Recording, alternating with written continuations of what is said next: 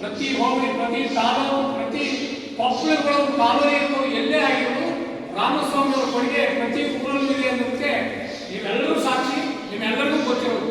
ಅದರಲ್ಲಿ ರಾಮಸ್ವಾಮಿ ಅವರು ಮಗ ಹೇಳ್ಬೇಕಂತೇನಿಲ್ಲ. ಅದರಲ್ಲೂ ಪ್ರಮುಖವಾಗಿ ನಾವು ಗೆಲ್ಲಿಸಿದಂಥ ಹೆಚ್ಚಿಗೆ ಬಹುಮತ ಕೊಟ್ಟು ಗೆಲ್ಲಿಸಿದಂಥ ಸಂದರ್ಭದಲ್ಲಿ ನಾವೊಂದು ಬೇಡಿಕೆ ಇಟ್ಟಿದ್ದು, ಕಟ್ಟೆಪುರ ಏತ ನೀರಾವರಿ ಮಾಡಿಸಲೇಬೇಕು ಸರ್ ನೀವು ಅಂತೇಳಿ ನಾವು ಮಲ್ಕೊಂಡು ಹೋಗ್ಲಿರು ಆವತ್ತು ಅದೊಂದು ಬೇಡಿಕೆ ಇತ್ತು. ಅದನ್ನ ಮೊದಲನೇ ಹೆಂಗಡೆ ಕೂಡ ಅವರು ಒಂದು